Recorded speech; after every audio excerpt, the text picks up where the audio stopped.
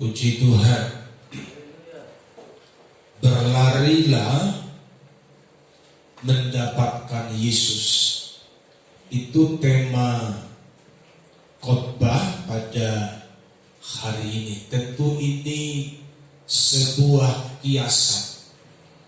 Kalau seorang pelari, kalau dia tidak sungguh-sungguh, seorang olahragawan, kalau dia tidak berjuang dengan sungguh-sungguh, maka mustahil dia mendapatkan piala yang diinginkannya. Demikian juga dengan gereja Tuhan. Kalau kita mengiring Tuhan dengan apa adanya, kalau kita mencari Tuhan dengan sekedar saja, dengan hanya tradisi saja, kita tidak akan pernah dapat menjumpai Tuhan yang sebenarnya. Kita buka Alkitab. Lukas pasalnya yang ke-19. Yesus masuk ke kota Yeriko dan berjalan terus melintasi kota itu. Di situ ada seorang bernama Sakeus, kepala pemungut cukai, dan ia seorang yang kaya. Ia berusaha untuk melihat orang apakah Yesus itu, tetapi ia tidak berhasil karena orang banyak sebab badannya pendek.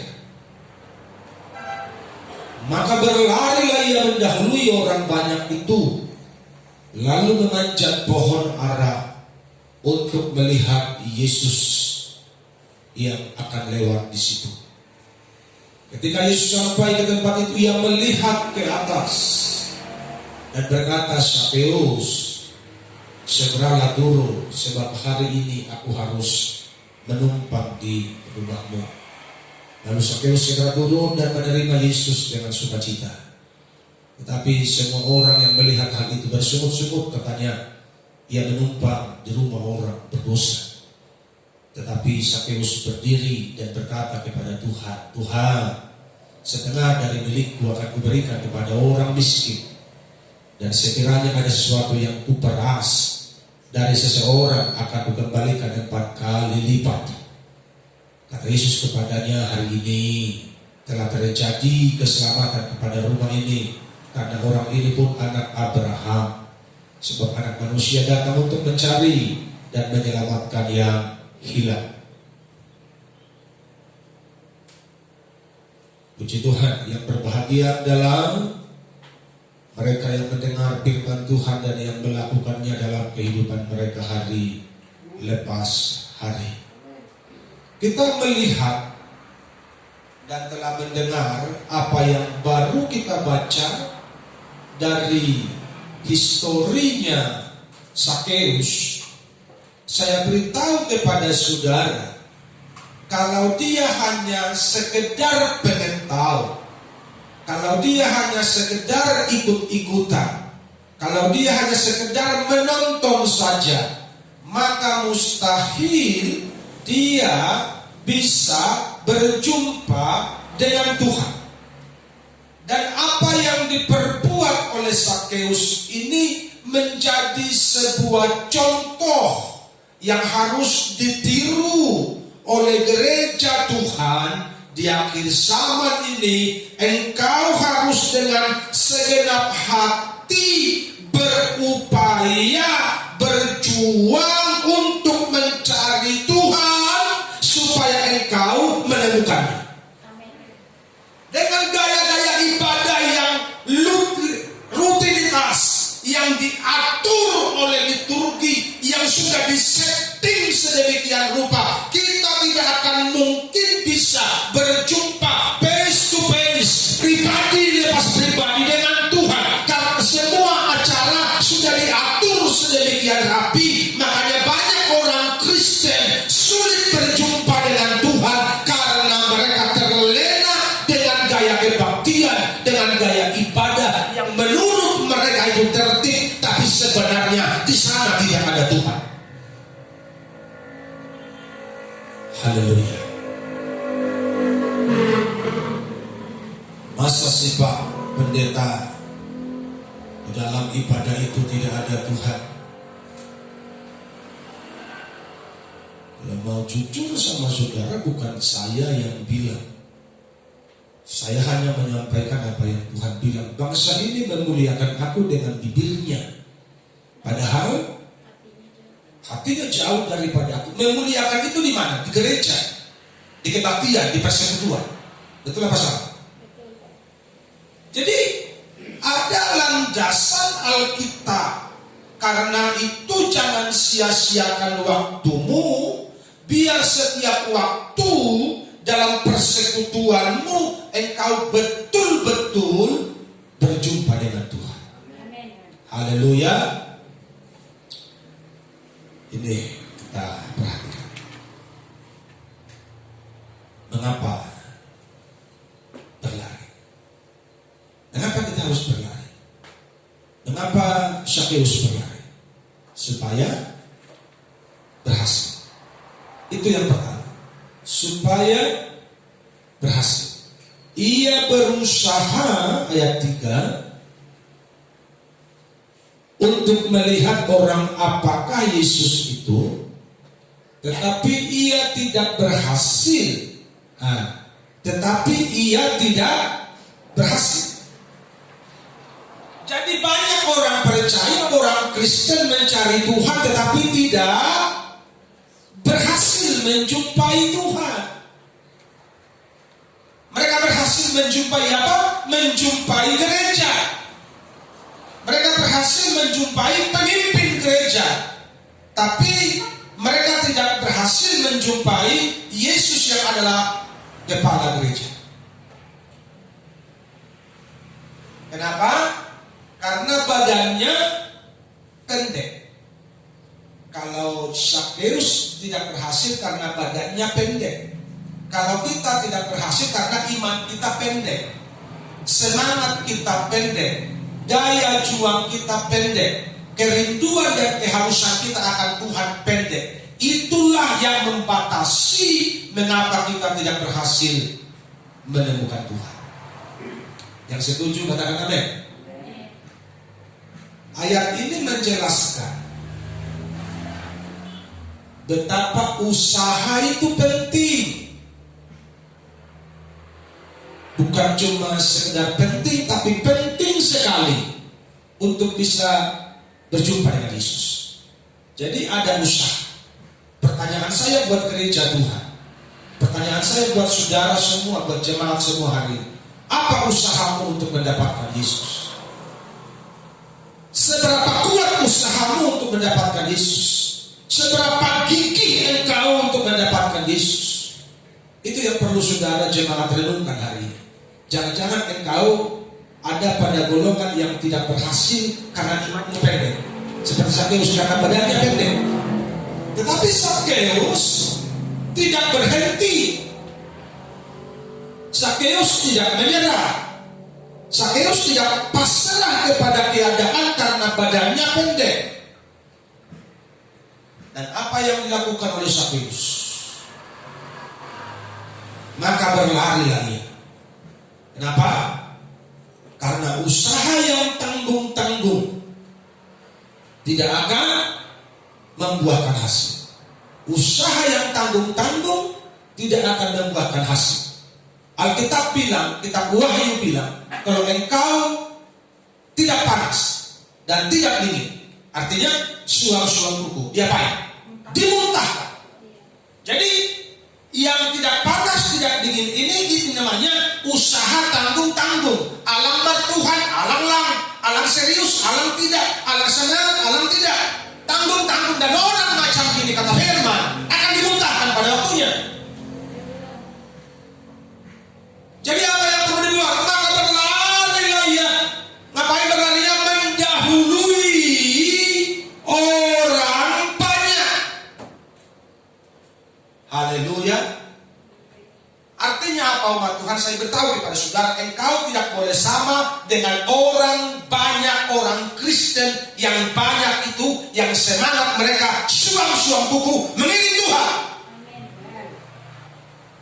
Makanya Zakheus berlari supaya apa? Supaya dia mendahului ayat 33 apa dikatakan? Carilah dahulu. Artinya dahulukan. Betul apa salah? Jadi si Sakeus sedang mendahulukan dirinya, mendahulukan imannya, mendahulukan pendiriannya dari orang kebanyakan. Dia berlari, Marlojo ngawo Tuhan, Tuhan pinor silami. Haleluya. Kalau Sakeus orang Batak, dia pasti nyanyi lagu itu. Berlarilah ia mendahului orang banyak. Dan setelah dia berlari, dia nggak berhenti setelah berlari. Dia masih membuat sebuah strategi. Masa pendeta kok nyari Tuhan aja pakai strategi? Ya betul, lu harus punya strategi. Kalau enggak ketinggalan sama orang yang lebih sungguh-sungguh. Betul apa salah? Orang lain sampai doa semalam suntuk, orang lain doa puasa, lu tidur melulu berharap jumpa Tuhan. Halo? Itu bagian dari strategi. Yang setuju katakan amin. Orang lain tinggi bukit doa, berdoa, berpuasa 3 hari, lu makan tidur berharap jumpa Tuhan, sementara strategimu untuk menjumpai Tuhan gak ada. Kayak mana caranya? Haleluya. Jadi inilah strateginya Sakeus untuk mendapatkan Yesus.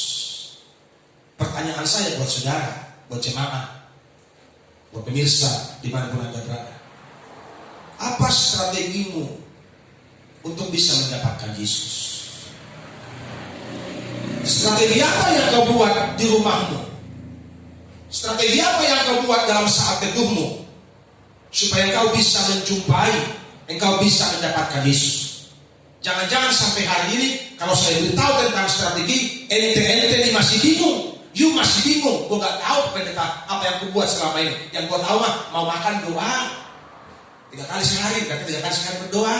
Mau tidur mah doa lapor. Bangun tidur doa lapor, itu aja mah yang gue tahu. Lebih dari itu gak tahu apa-apa. Jangan-jangan banyak orang Kristen yang menjawabnya dalam hatinya seperti itu sampai hari ini. Betul apa betul? Karena Sakeus sadar badannya pendek, walaupun dia telah mendahului kelompok orang banyak, tapi kemungkinan besar kalau dia hanya berdiri pikirannya, aku pun nanti akan terdahulukan oleh orang banyak ini untuk melihat Yesus karena badanku pendek. Makanya aku harus buat strategi untuk menjumpai, untuk bisa melihat Yesus. Makanya Sakeus memanjat pohon. Haleluya. Memanjat pohon itu artinya engkau harus lebih tinggi dari orang lain. Bukan sombongmu lebih tinggi dari orang lain. Kalau orang kita ini kan celakanya kan sombong kita yang lebih tinggi dari orang lain. Betul apa betul? Sombong kita, ego kita, hotel kita yang lebih tinggi dari orang lain. Kalau hotel benaran sih, puji Tuhan. Tetapi hari ini imanmu yang harus lebih tinggi dari orang lain. Coba kencang dulu akhirnya. Imanmu yang harus lebih tinggi dari orang lain. Makanya Sakeus memanjat pohon. Haleluya, haleluya. Selangkah demi selangkah dia naik lebih tinggi. Artinya imanmu harus progresif, bertumbuh terus. Bertumbuh terus. Amin. Bertumbuh terus, bertumbuh terus. Tidak boleh asal jadi. Tidak boleh. Kenapa? Karena Tuhan itu melihat hati. Saudara perhatikan kan, orang banyak. Kenapa Tuhan Yesus tertarik menumpang di rumah Sakeus? Itu akan saya bahas di poin yang kedua. Tapi ini sebuah gambaran kepada saudara. Banyak kali orang di situ. Ya kan? Kenapa Tuhan cuma tertarik kepada Sakeus mau mampir di rumahnya? Ketika Yesus berjalan dikelilingi orang banyak sekali karena pemimpin agama yang bernama Yairus, dia bilang, "Oh Tuhan, mampirlah dulu di rumahku, anakku sakit keras." Dan Tuhan bilang, "Oke, saya akan datang." Begitu dia berjalan, banyak sekali gerombolan orang di sekitarnya berdesak-desak.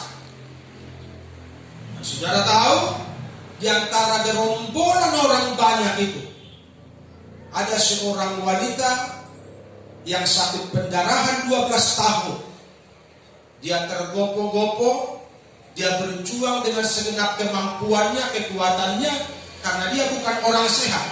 Jadi saudara bisa bayangkan, orang sakit ada di kerumunan orang sehat, tentu dia akan menjadi terlindas. Karena gerombolan ini banyak sekali. Tapi dia gak menyerah, dia gak patah hati, dia gak putus asa, dia punya prinsip, asal aku jamah jubahnya, aku akan sembuh. Dan saudara tahu, untuk mencapai itu perlu perjuangan. Betul apa salah? Untuk bisa menjamah, untuk bisa menyentuh itu perlu perjuangan. Karena itu gerombolan orang banyak. Dan tahu saudara, di gerombolan orang yang banyak itu hanya perempuan yang pendarahan 12 tahun ini disembuhkan. Kenapa tidak semua yang hadir di situ disembuhkan? Karena Tuhan melihat hati. Haleluya. Tuhan melihat hati, bukan kerumunan yang menyanyi, haleluya. Bukan itu yang dilihat Tuhan, tetapi hatimu yang hancur, hatimu yang haus, hatimu yang rindu, itu yang dilihat Tuhan. Makanya Tuhan gak tertarik dengan penampilan kita. Tuhan gak tertarik dengan jubah dan jas kita. Gak tertarik Tuhan sama itu. Mau mahal, mau murah, Tuhan gak tertarik. Tapi Tuhan akan tertarik ketika dia melihat ada kehausan di hatimu untuk berjumpa dengan Tuhan. Dan Tuhan sangat menghargai. Manjat pohon, gambaran sebuah perjuangan dan kerinduan untuk bisa memandang Yesus. Memandang wajahmu, rasakan kasihmu. Kalau dengan normal, dia tidak bisa memandang wajah Yesus. Kenapa? Karena dia pendek. Dia buat strategi dan manjat pohon, supaya kalau Yesus datang dari jauh pun, dia sudah bebas menikmati, memandang wajah yang penuh dengan kemuliaan itu. Amin. Saya bertanya kepada saudara hari ini, dengan gaya ibadah yang tradisi, liturgi, dan diatur, sulit rasanya kita bisa mendapatkan Yesus. Makanya kalau beribadahlah dengan segenap hatimu. Kita tidak terlalu fokus dengan liturgi, kita tidak terlalu fokus dengan peraturan. Yang kita fokus bagaimana supaya Tuhan hadir dalam kebaktian kita. Itu fokus kita. Haleluya. Itu fokus kita. Bukan peraturan, bukan aturan yang kita tegakkan, tetapi bagaimana menghadirkan kerajaan surga di tengah-tengah kebaktian kita. Yang kedua,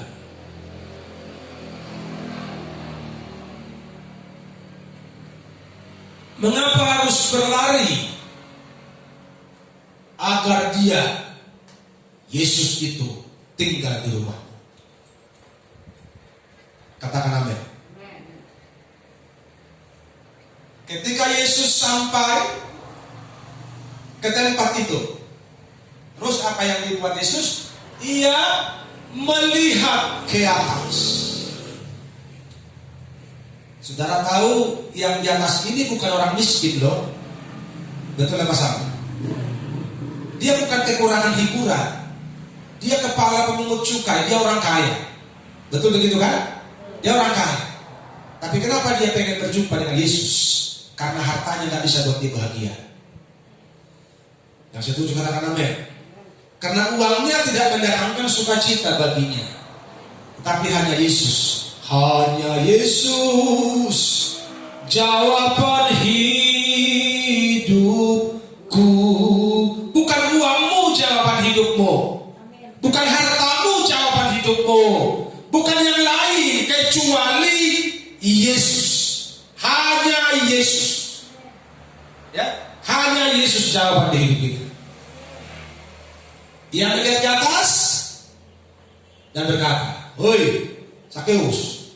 Kira-kira begitu kan? "Oi." Nah, kalau di sini pasti panggil dia begitu. "Oi, baru mau isi. Ngapain kau di situ?" Mungkin begitu prolognya, pendahuluan komunikasinya. Tapi kalau ditulis terlalu panjang.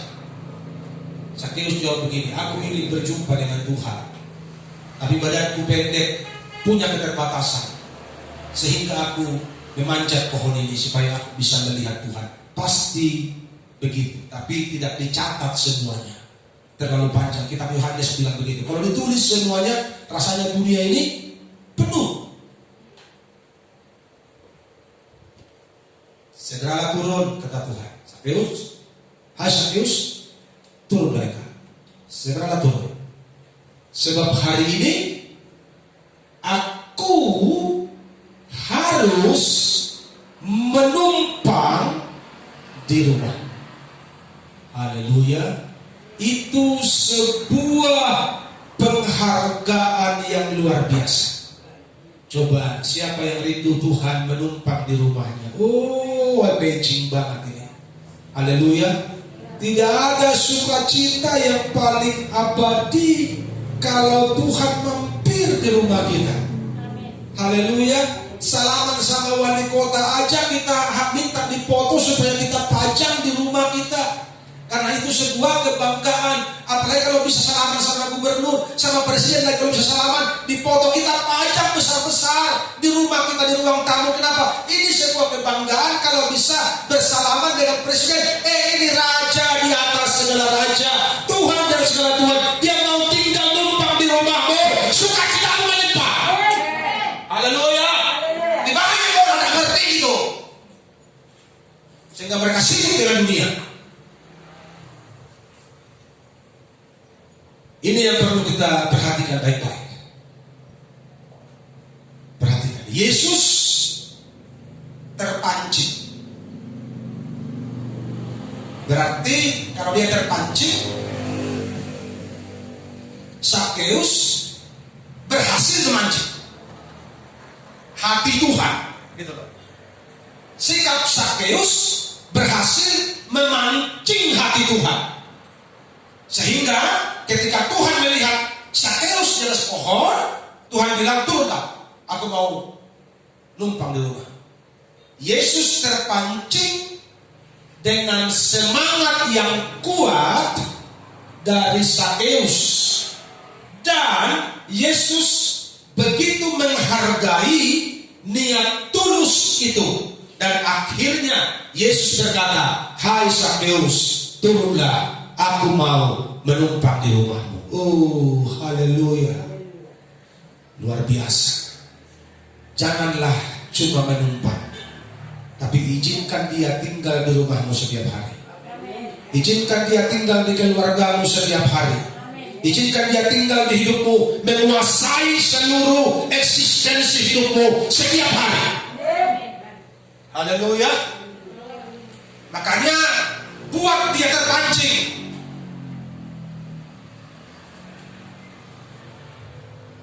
Upayakanlah dengan sungguh-sungguh ini, agar Yesus terpikat dengan hidupmu, dengan hidupmu. Haleluya. Kalau Yesus terpikat dengan hidupmu, dia pasti tinggal di rumah. Itulah masalah umat Tuhan. Tapi kalau Yesus muak dengan perilakumu, Yesus berduka dengan kelakuanmu yang tidak mencintainya, jangan pernah berharap dia tinggal di rumahmu.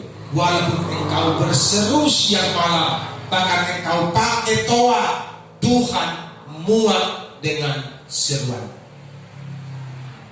Haleluya. Usahakan Tuhan terpikat dengan hidupmu. Bagaimana caranya Pak Pendeta? Ku renungkan firman-Mu siang dan malam, ku pegang perintah-Mu dan ku lakukan.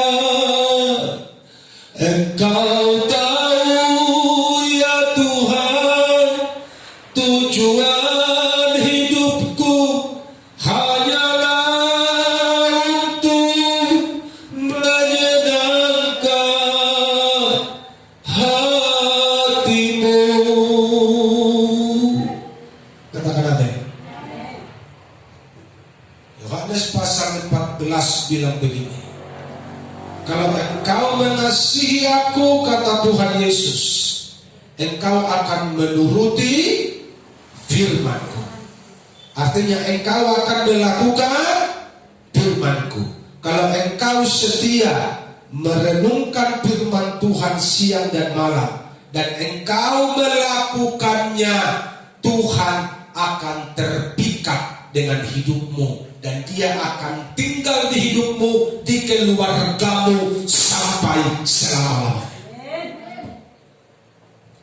Itu kebahagiaan yang luar biasa. Haleluya, haleluya. Jadi buat dia terpikat dengan hidupmu, terpikat dengan kerinduanmu untuk mencari Tuhan. Seperti Sakeus ini, Marmojo berlari mendahului banyak orang.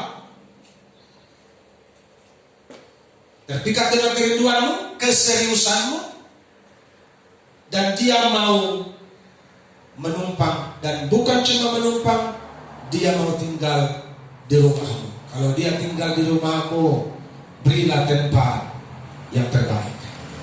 Haleluya. Selain beri tempat yang terbaik, jangan dukakan dia.